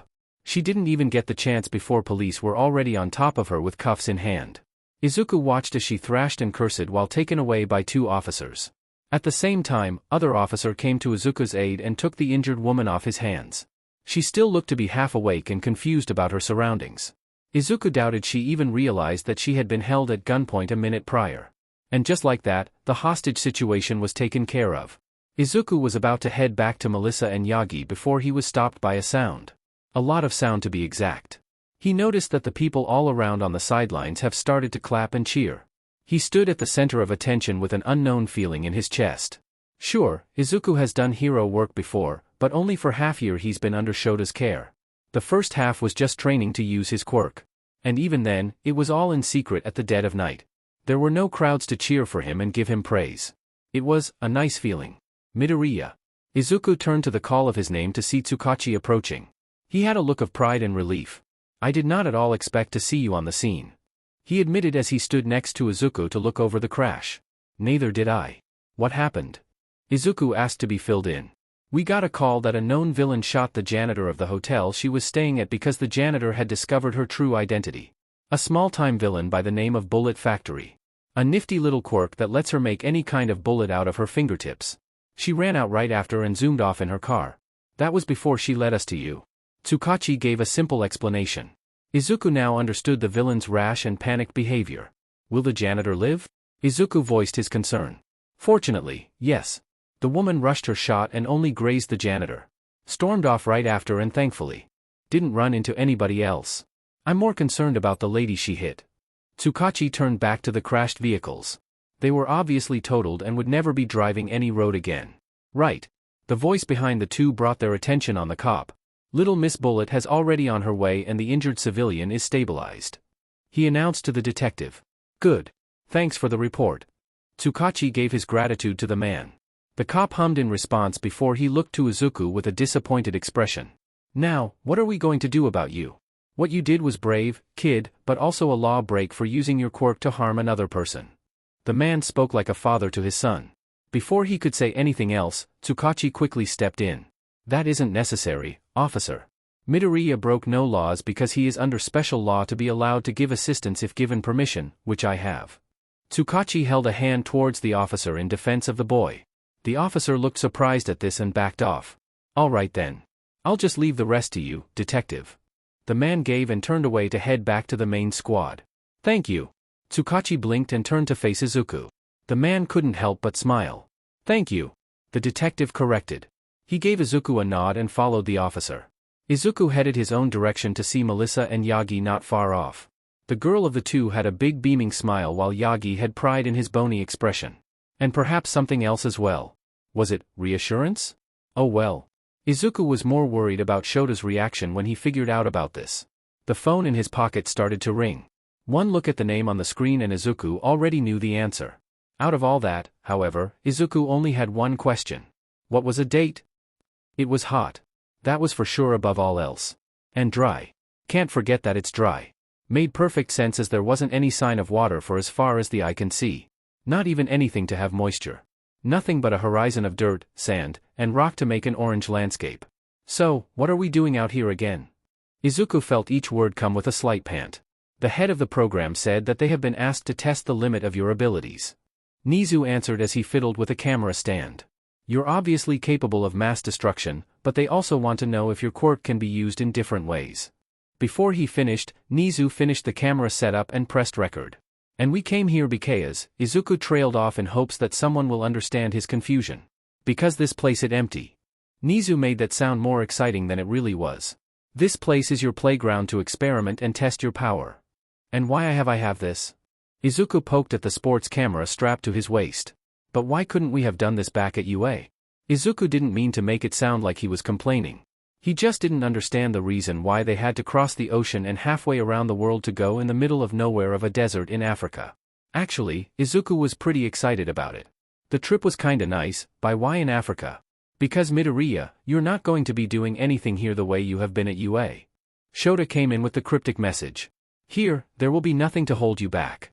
The association has personally realized your potential and want to see the extent of your powers. When he said this, Izuku noticed the remote in his hand as soon as he clicked it. The collar on his neck beeped and Izuku felt the limiter release. Izuku quickly got a hold of his quirk before energy could leak out of his control. Due to his extensive training, it was nothing compared to the day he got his collar. But he didn't let that distract him from the fact that he had access to 100% of his power like it was nothing. Whoa, hold on. You want me to just let loose on this place? Izuku summed it up in his slight dismay. Is this even legal? No need to worry, my pupil. We have permission so long as we restrain within a certain radius. So, try not to go too far, No matter how conversation Izuku has had with Nizu, he could never work around his off personality. Try not to think about it too much. Izuku turned to Yagi who had also decided to come. Just do what feels natural. The lanky man suggested. Izuku found reassurance in his words. All right. The boy muttered as he searched his brain for ideas. He turned and faced his back towards the desert before him stretched past the horizon. Izuku had no big interest in blowing things up. So, that left for him to try out his agility. With a few quick stretches, Izuku charged up his body with energy and his rock paths contained the streams of radioactive power.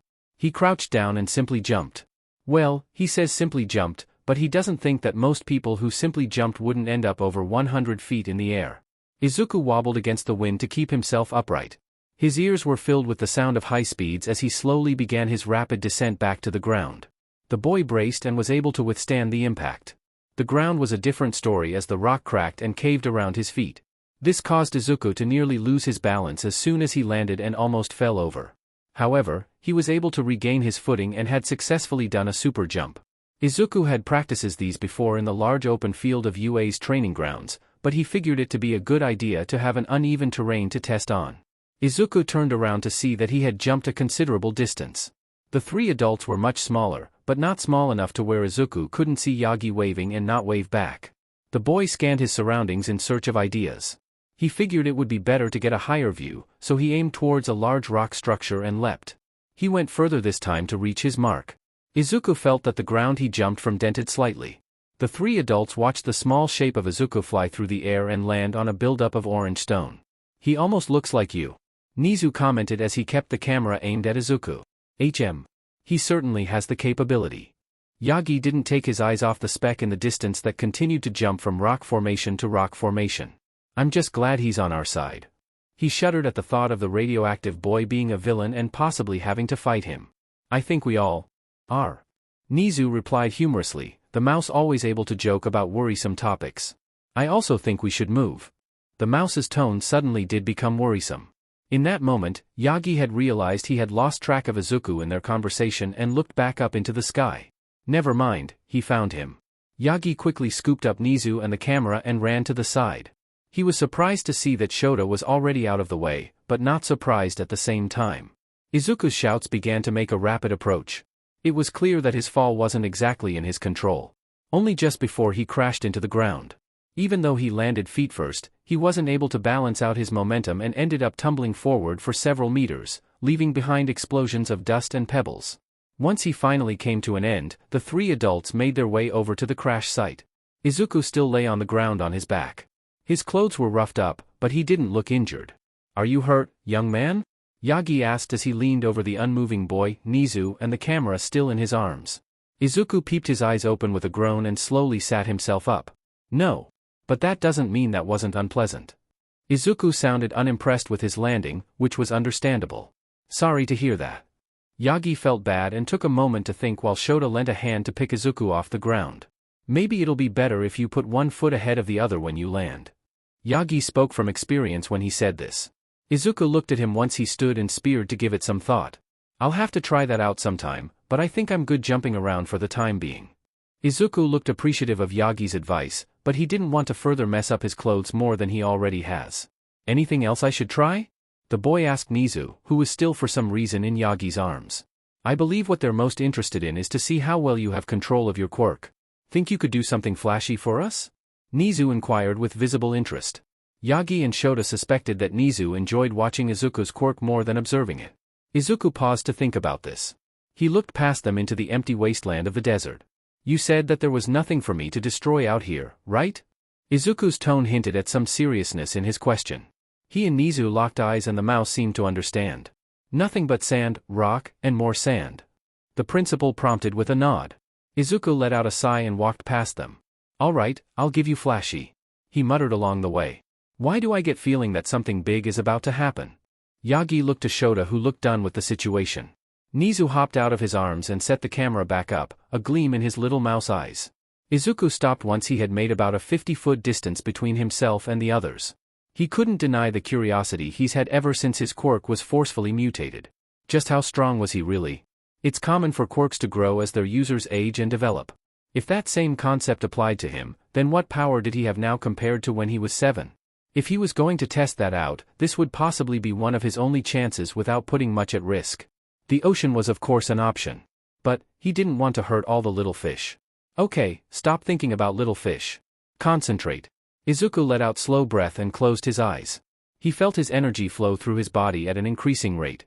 Like turning a water faucet all the way on, Izuku surged his quirk throughout every inch of his being. There came a humming sound as the paths on his body lit up like flames. Power filled his core that made him feel light but heavy at the same time. Like any movement held great destructive force. Izuku made sure to contain the thick radiation inside his body and separated the energy from it. The collar he wore helped him along. The process was tedious and time-consuming, which was why he always needed time to charge an attack. But right now, he had plenty of time. Green energy lifted from Izuku's body like thick smoke. It rose around him like a wall. Once Izuku had concentrated enough energy, the aura around him exploded several times its size and rushed outwards like a violent fire. Everyone had to flinch from the bright light. Even from the distance between them, they could feel the intensity of Izuku's quirk as it swarmed around him. They realized that it began to become so thick that it darkened ripples arced in random spots. It became dangerously clear that simply getting close to Izuku at this point would be a death sentence. Izuku slowly extended his arms outward. The energy pulsed and twisted in response to his movement like it was alive. Just as they've seen before, the adult saw energy built up in his open hands. It didn't completely form, however, as it seemed Izuku was only building energy into separate masses. The same began to happen in Izuku's chest. Energy accumulated into amorphous piles of dense raw power. Suddenly, Izuku moved his hands together with the energy in his hands to force itself upon the energy in front of his chest. The new mass sent of a light shockwave and nearly knocked the three adults off their feet. Especially Nizu, who braced himself against Yagi's leg with an insane gaping smile on his face. It was even brighter now. All the energy Izuku had built up was between his hands. His arms shook slightly from the strain of containing it. The one big mass of power began to take shape of a sphere. To closer Izuku brought his hands together. Then, everything stopped the moment Izuku's palms touched, and his fingers locked. The light disappeared and thrumming of energy ceased. All that was left was the slight vibration of Izuku's arms and his obvious intensity. Shota narrowed his eyes at the scene and noticed cracks had begun to form beneath Izuku's feet. Slowly, and sure steadily, Izuku parted his hands. A magnificent green glow overwhelmed the orange hue of his surroundings. It shaded Izuku's body in a silhouette from the adult's point of view, and they were once again forced to adjust to the blinding radiance. What hovered before him was so condensed that it looked like a jewel the size of a tennis ball lit aflame. Izuku couldn't help but stop to stare at the beauty of it for a moment. He never knew he could feel this kind of peace from his own quirk. Now that he thought about it, it represented him in a way you wouldn't think neither would be dangerous by looks alone. However, Izuku knew that he held a very incredible amount of power in his hands. Well, time to use it. Izuku straightened his arms forward, the ball of energy hovering in front of his palms. He sucked in one final deep breath. The first thing that came was sound similar to a thunderclap increased by tenfold and not stopping. Next was the impossibility to see anything at all, as the three behind Izuku had not choice but to cover their faces entirely. Even if Izuku had gotten used to the brightness of his quirk, he too still had trouble keeping his eyes open. Then there was the immense amount of pressure on Izuku's body. He felt as though the blast was about to crush his shoulders, wrists, and both his legs. It took everything he had to stand his ground and not let the energy backfire. After Izuku had managed to adjust himself, he was finally able to get a good look at the deviation that still ejected from his hands. At first, he thought he stared at only a wall. But that was before he realized the base of the blast was simply too huge for him to see past it. He could only feel the ground rumble and quake from the force and sheer intensity. Out of his sight, the energy launched into the distance. It annihilated everything in its path and scorched the earth.